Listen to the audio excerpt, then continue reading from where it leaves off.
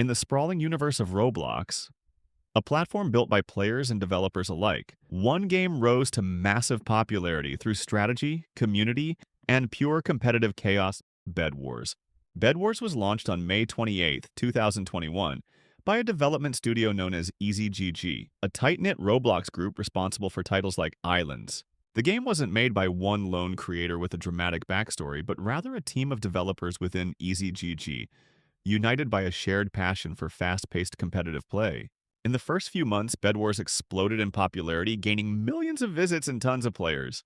Creators like Tanker, Fulton, and Tapwater all uploaded videos of themselves having fun and playing the game. So where did Bed Wars go wrong? At first, Bed Wars updates felt exciting. New kits, new maps, limited time modes. Every update gave players a reason to log back in. But over time, something changed. Updates started to feel predictable.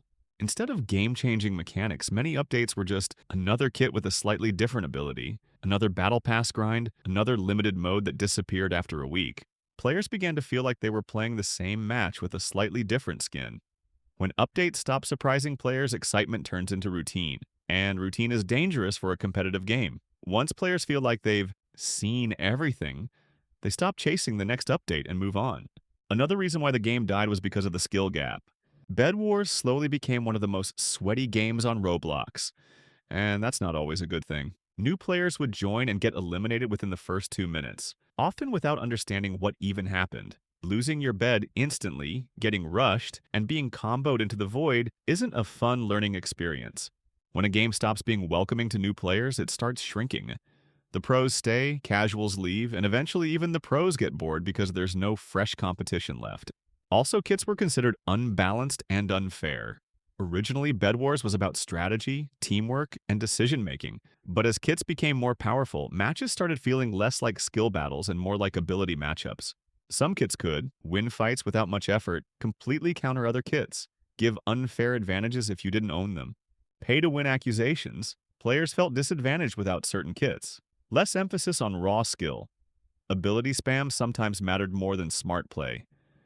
When players feel like the game's outcome is decided before the match even starts, motivation drops. Many players miss the simpler Bed Wars where wins felt earned, not bought or selected in a lobby. One of the biggest reasons Bed Wars fell off had nothing to do with the game itself. Roblox changed. New genres started taking over. These games offered faster rewards, constant dopamine hits, and less stress than a sweaty Bed Wars match. Why spend 15 minutes sweating for a win when another game gives instant progression? Bed Wars didn't die. It just stopped being the main attraction. When Roblox's front page shifted and YouTubers stopped posting Bed Wars daily, casual players followed the trend. On Roblox, attention is everything, and once it's gone, it's hard to get back. Bed Wars didn't fall off because it was bad. It fell off because it stopped surprising players and it became too competitive.